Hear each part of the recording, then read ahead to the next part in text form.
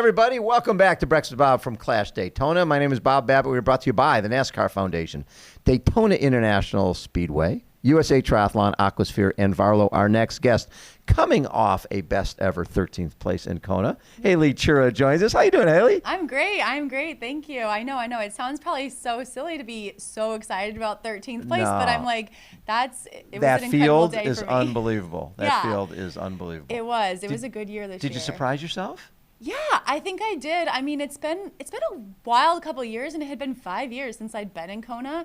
So it was, I don't know if I ever thought I would race there again. And so I qualified, and then I was really nervous about the heat because it had been a long time. And I live in Montana, where it is not Kona conditions. Yeah. And I was really nervous about that. And then I just kind of had a day that, it was still incredibly hard, but it was just a day I was definitely proud of. Good for you. Thanks. And earlier in the year, you were kind enough to spend time with us at the LA Triathlon, the Herbalife LA, and we had a PTOCF relay. Yes. That was so cool. That was probably one of the things that got me out of a funk I kind of had. I came out of St. George, and I wasn't feeling very good.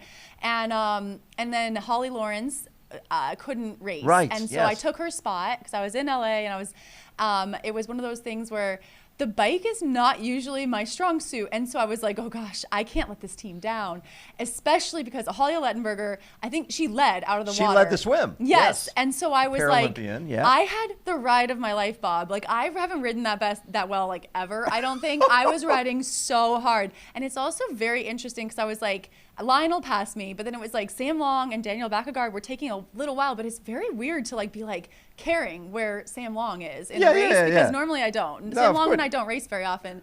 So it was just a very different perspective. But then I think I tagged off to Roderick Sewell. Sam and Daniel did catch me. So we tagged off fourth, but I think I was within a minute. So I felt like I did my part for the team, but that was a really cool experience, and just getting to meet so many people from Challenge Athletes Foundation and being part of that kind of reinvigorated me for the rest of my season. So I was really thankful for that experience. You know what's fun is, and I think people sometimes don't understand this, our athletes are just so excited to be racing, right? It's like Roderick's out there, they mainly are racing other challenge athletes, and they loved it as much as everybody else to be able to be with professional triathletes and be on a team.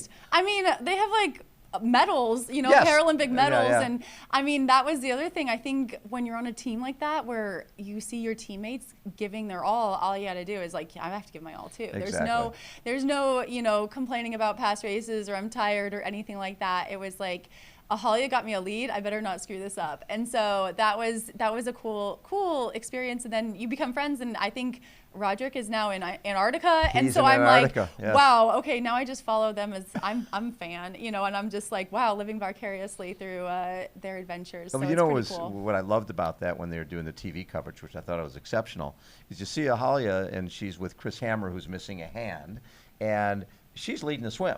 Right, and then she gets to a point where she stands up, and now she needs her walker, right, and crutches to get in. But you realize that the freedom of being able to swim is something that's so special for her, because when she's on land, it's you're on crutches or you're using leg braces, things like that. So it's really that freedom of sport is really underestimated. I think Holly is also super smart, and I think it was her sighting. She had I watched the replay on that. Yes, and she was spot on. She was like veteran at sighting, and I think that might have been one of her first ocean swims. It was, yeah. But that was it definitely was one of those things where it shows in triathlon, in sport, you have to have the physical abilities, but then you also have to have the brain to go in the right direction. So that was definitely a unique and fun experience that has kind of given me a good lift into the second part of my year. Well, and you won Ironman Mont Tremblant, Ironman Mont Tremblant with a 9:17, and second at Watkins Glen. Watkins Glen, another part of this series, the Clash events, different type of race, right? You come out of the water, and it was a pretty big climb, and then when you had all the people from the wine festival at the finish line, it was that was another one. I didn't know what I was going to be doing to the second part of this year, because with having that World Championship in May, it was just such a different year this year. And so I was kind of a little bit lost, and I saw that that race was happening in Watkins Glen, and it was so different, and I've never raced in the Northeast. And so I was like, okay, I'm going to go see what this is all about. And I like actually flew into Buffalo, and I went and saw Niagara Falls because I just wanted to see it, and it was worth it. It was definitely worth it.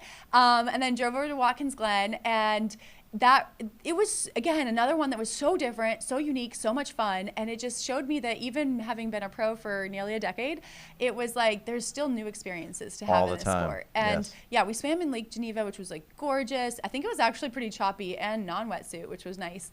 And I think it is like a 7-mile climb because I didn't realize it was so hilly around there. I did not realize that. And even the trick, because it's not like the oval here. No. This is a road course. So it's yes. So like after you do this hilly curves. bike ride, which I think it was quote unquote only 50 miles, but it took me as long as a normal 56-mile course would. And then you get into the oval, and here we're able to, we were able to do a practice, ride and run this morning. And there we didn't see the course ahead of time. I had actually, a friend of mine had like watched some Formula One racing or something that had been on Watkins Glen, and she's like, watch it, it's on TV, you can see the course. So I had done a little bit of scouting that way, but I knew it was hilly. But you get on there and it was like, it's just like perfect pavement. Like there's not a pothole, not a divot, not anything. And it means just beautiful pavement, and which is so different. That takes that part out of it mentally, but you are thinking about running tangents because it's quite windy. And then the hills up and down, and just like using, you got to use some different muscle groups, which is a little different. And you couldn't necessarily see, I came off the bike I think quite a bit behind Sophie Watts. She had an incredible day, and I couldn't see her on the run, and I know she's such a strong runner, but you're still like hopeful, like maybe just around this bend. You never know. The next corner. It's never over until you cross the finish line. But I did finish second, which I was really proud of that race, and it was a really good run for me. And but I also had a ton of fun. Like you said, the wine festival at the finish, which was, I didn't realize that part of the country was so famous for wine, but the wine is really good there. And there's nothing better than like food trucks and wine and, kind of culture clash. Because we were, very much visitors to that track, and you have a lot of car racing fans, you have a lot of wine fans, and then you have triathletes, and we're all hanging out in the same place. That's the coolest thing. That's what I love about that. And now, have you raced this one before? I haven't. No, this is my first time in Daytona.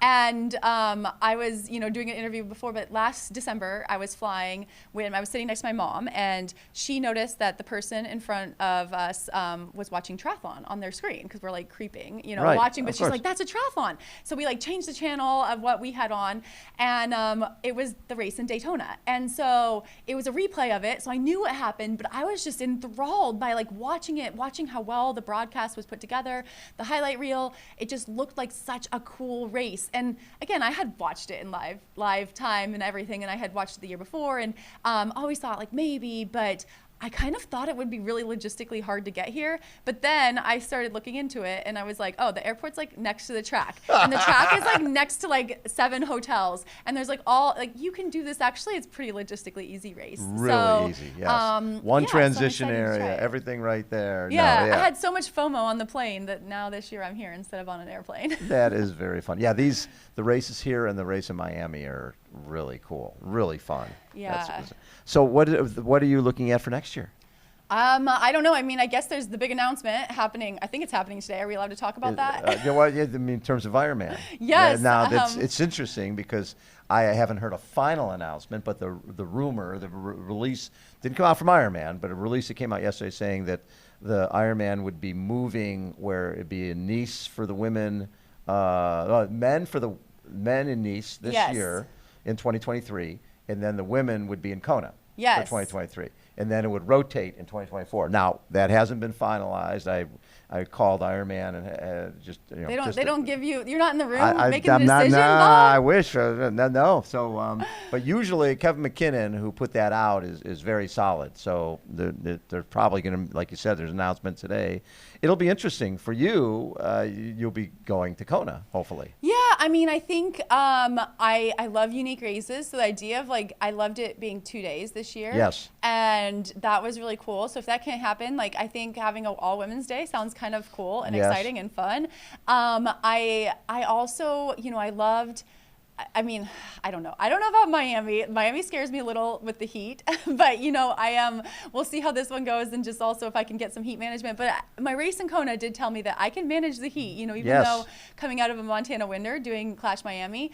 But I think, you know, 2023 for me might be visiting some of the races that I've loved, you know, things like Watkins Glen, maybe Tremblant again. I just really love Tremblant. So the pro schedule isn't totally finalized yet. So I'm crossing my fingers that some of these races do have pro fields, and so I can return, because those are, I think that, you know, it might be like a nostalgia tour of races that I truly love. And you know, I'm getting, you know, I'm probably closer to the end of my career than the beginning, but I'm having so much fun, and I'm finding new experiences and kind of like being here. And so I think I'm meeting new people, but also reconnecting with people I've known in the past. And so I think there's still a lot that I would like to do in the sport, but you know, there's also a lot of places I would like to return to. So I think it might be that kind of a year. Cool. Well, best of luck on Friday. Thank you. Thanks so much. I'm glad to see you here. Ailey Chura has been our guest. Again, Breakfast with Bob from CLASH Daytona. Hold on. We'll be right